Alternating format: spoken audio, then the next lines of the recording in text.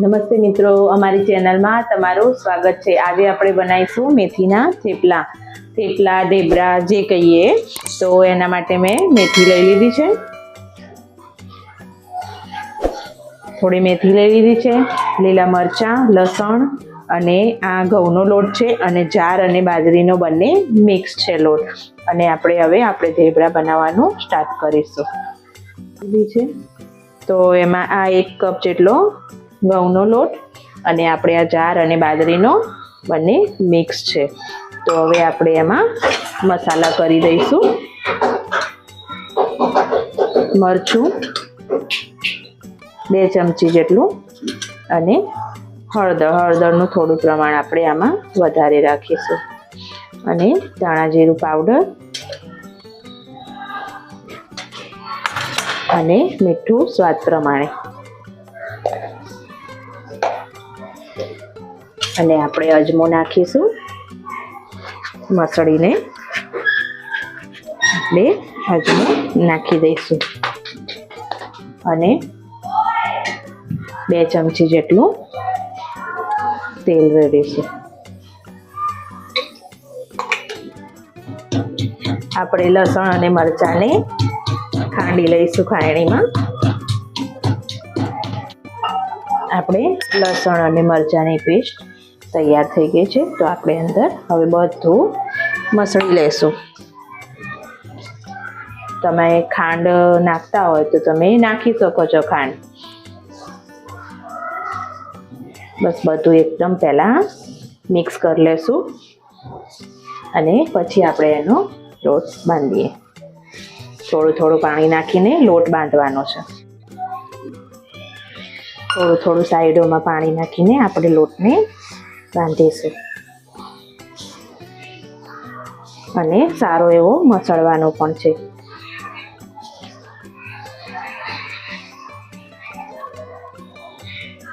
ધીમે ધીમે આ રીતે લોટને બાંધતા જઈશું।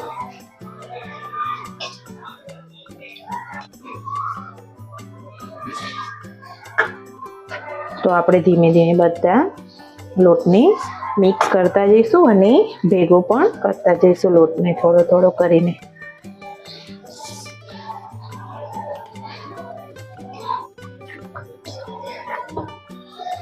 તો આપણો આ લોટ બનીને તૈયાર થઈ ગયો છે। આપણે થોડી વાર માટે એને સાઈડમાં કરી દઈશું, પછી થેપલા બનાવીએ। તો મિત્રો હવે આપણે આ થેપલા બનાવવાનું સ્ટાર્ટ કરી દઈશું। તો આપણે એના માટે તૈયારી કરી લીધી છે। તો આપણે બનાવીશું હવે થેપલા।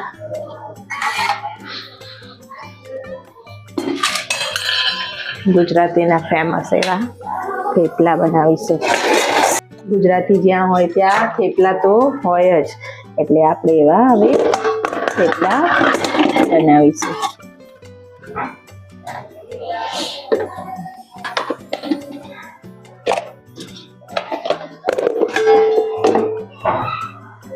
હવે આપણે સ્ટાર્ટ કરી દઈએ। તો આપણે આટલી સાઈઝનું હવે આ એક લોટ લઈ લેશું અને એને આ રીતે રાઉન્ડ કરી અને વણી લેશું।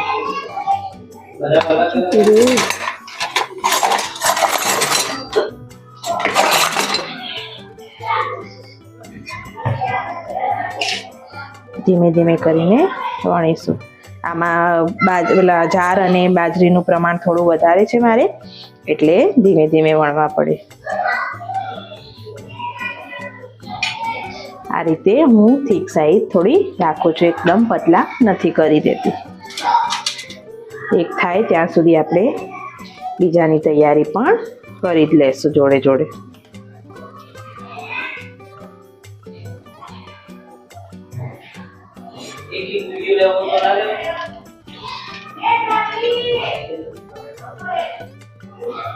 આપણે બીજું પણ તૈયાર કરી લઈશું। થેપલામાં એક સાઈડ પહેલા સરખી ચડવા દેવાની। જે ધુમાડાને એવું ઉડે છે થેપલામાં, એ આ હું બનાવું છું એ રીતમાં તો નહીં જ ઉડે। તો આપણે આ પલટાવી દેશું. હવે આ ભાગ આટલો ચડે પછી પલટાવવાનું રહેશે. જો સાઈડોમાં તેલ નાખીશું અને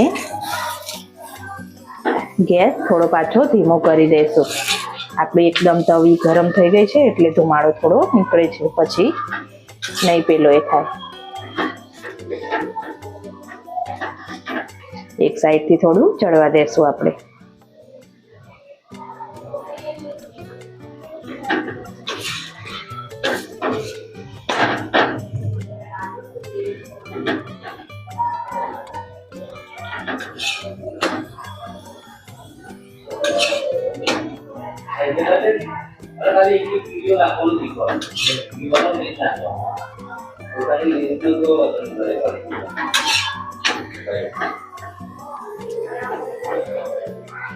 તો આ રીતે આપણે આખા થેપલાને બંને બાજુથી એવું સરખું ચડવી લેશું.